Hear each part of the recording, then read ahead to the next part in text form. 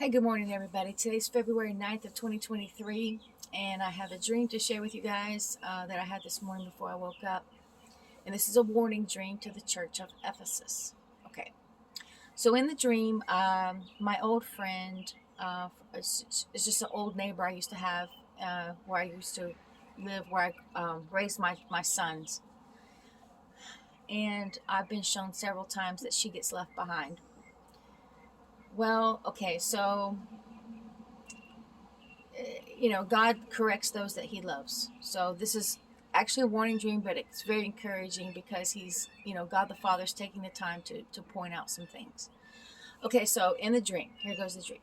So I'm in my old home that I used to live in, and she lived across the street from me. So she had her garage door open.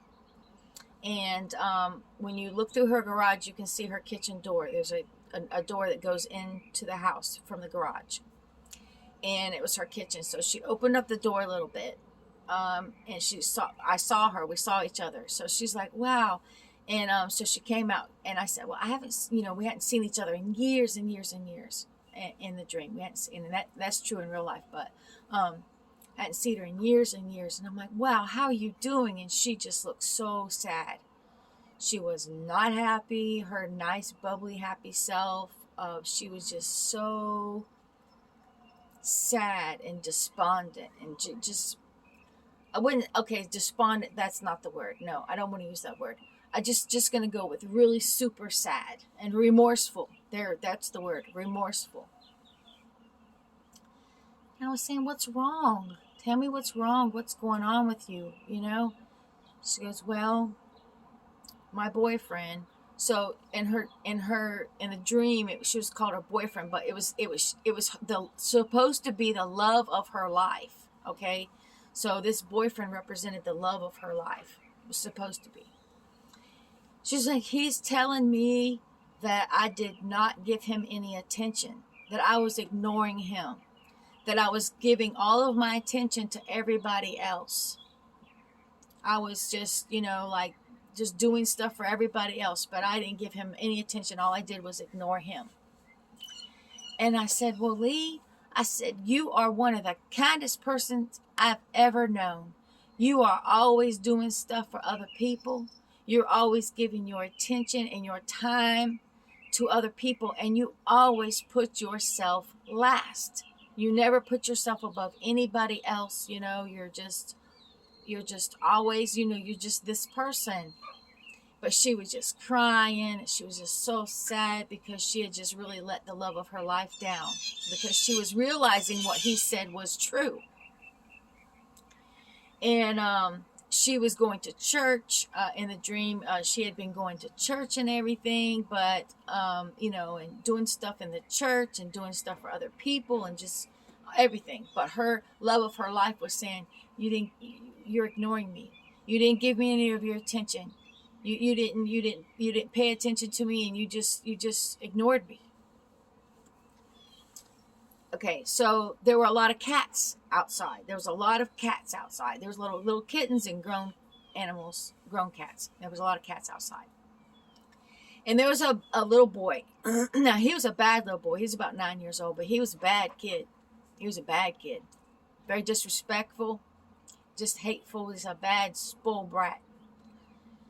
And he had this remote control kind of machine, and he was putting the cats on the machine, and he was running them up and down the road on the machine. And it was pretty dangerous for the animals. Well, the dad came out, opened his door to his house. He lived down the street. He opened the door and he says, "Hey, stop doing that. These people love their animals like they're their children. Okay? They love these animals like they're their kids. Don't do that to the animals." So he didn't listen to his dad, and I took the machine and I pulled it off the roadside and onto the sidewalk, and I took the animals off. And then the little boy, the little boy called me a name. I can't remember what name. I just remember just even 30 minutes ago what he said, but now I can't remember. But anyway, it was a really bad name. He called me a really horrible name. And I'm like, "Oh yeah? Well, let's go see what your dad has to say about that." And he just trying to dissuade me, like my dad's not going to care, don't bother, and just being a real snot. Anyway, so I get to the door and knock on the door, and the dad says, can I help you? And I said, yeah, hey, I wanted to, thank you for getting your son, tell him not to do that with the cats, but I got to tell you something. I said, and what I'm going to tell you, I would expect that you would come tell me if my sons had been like this. I would expect for somebody else to come to me and tell me about, what my child had done too. I said, but my kids are in their 30s, so it doesn't really apply to them now. But, them growing up, I would have expected this, for somebody to come. I said, your son just called me, and I told him the name. I said, he called me a name, and I told him what name it was. And immediately the father started making excuses. He said, oh, well, the doctors say my child he named something. Okay, he named some kind of clinical diagnosis as to the reason why his child is acting that way. And I said, no. I said, what your child does need is a belt on his butt. I said, because that would fix that attitude in him right now. Okay, now that's all there was to the dream. So, okay,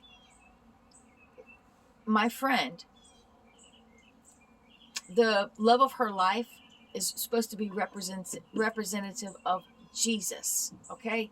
And this is to the church of Ephesus, okay? Return to your first love, okay?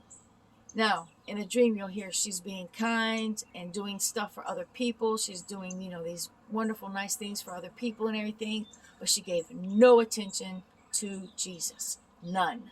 No attention to her first love. Okay? So she did not have a personal relationship with Jesus.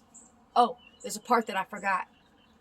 So in this dream, okay, let's see. So it's before the little boy. So she has homework to do. So I'm about to invite her. She's all sad and stuff. I'm about to, oh, come on, get on. I wanted to invite her to go on a ride on my motorcycle. But she couldn't do that. I saw that she had homework to do. She had this big, huge piece of paper. It was about 45 feet long. Big, huge pieces of paper, several of them. And on it was her homework she had to do. And it was all about her, it was all homework assignments on love, okay? And about where she is to place her love, okay? Figuring out her love. Where's her first love? How is she supposed to, serve her first love and have a relationship with her first love? It's a big assignment, okay? Now, I was standing there with her and I was supporting her, but I had wanted to help her, but I could not help her.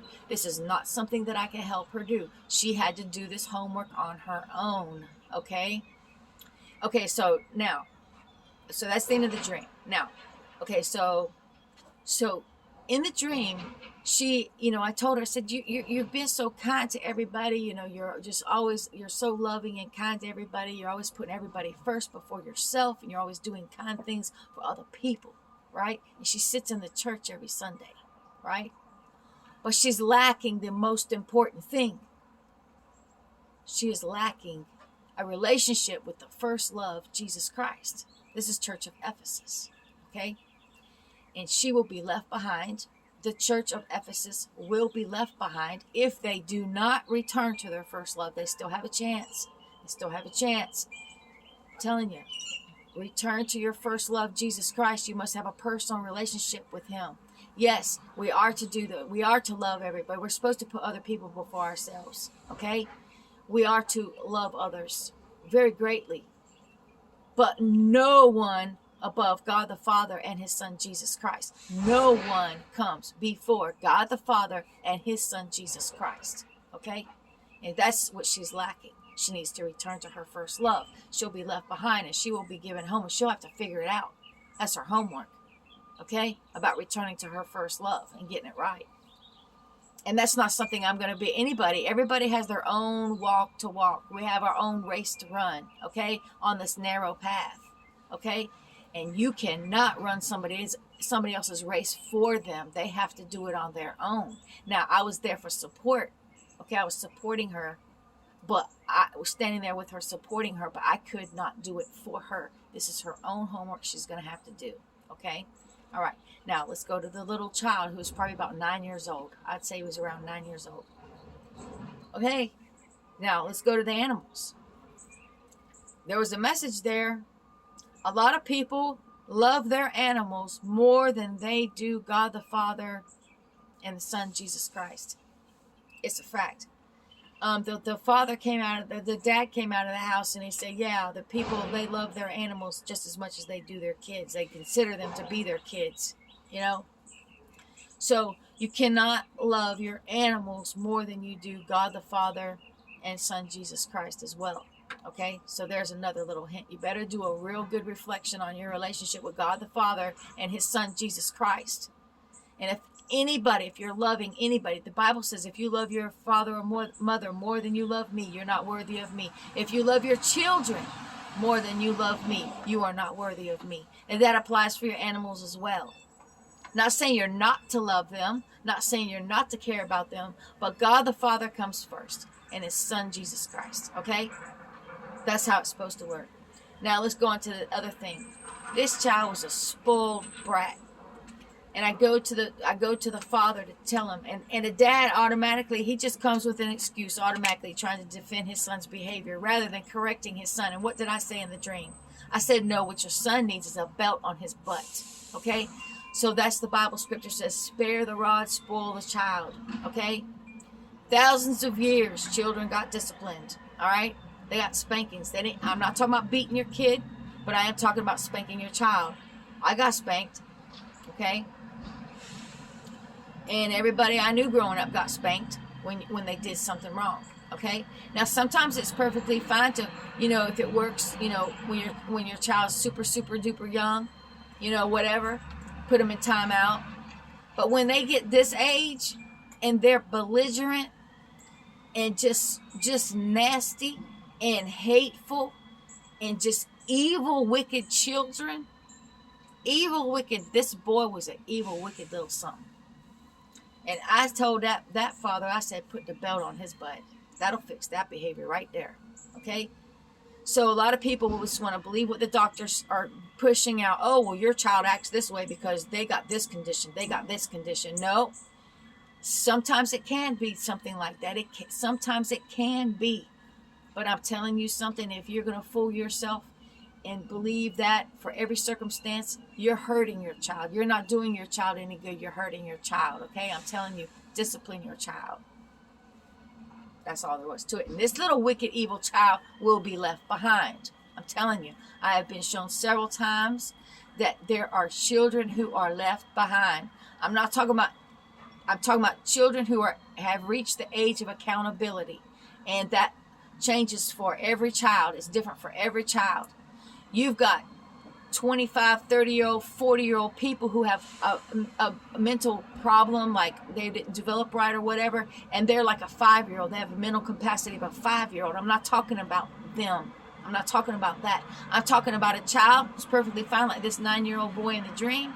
He was perfectly fine, with nothing wrong with him. He was just a wicked little boy who had not been disciplined, okay? And the parent ended up really hurting him because this child was end up going to be left behind, okay? So there you go, all right? So I hope that you are taking this message and receiving it with all truth and honor. And let me just tell you something. The dreams I've been getting lately, I've made videos about them, but I also put them in the community post. We're going to expect to see something. You better expect to see something. I used to be under the impression of we won't see not one thing. First fruits, we just go. We don't see nothing. We don't experience nothing. And I'm telling you on everything, that is not the case. I know that is not true. Something is about to happen. With that tornado dream I had, when I had both of my dogs were with me and I was petting my dogs, and I saw way off in the distance, I saw this massive, huge tornado coming. It was bigger than an F5, and it was completely just dark and ominous. It was horrific, and I knew it represented destruction and judgment. It was coming. And I was telling my dogs, I was petting my dogs, and I was saying, you know what? It's okay. This is coming. I said, but this is going to be scary, but we have to be strong and we have to be not scared. Okay? I saw it coming in the distance. It was coming. Okay? It's something that's going to come.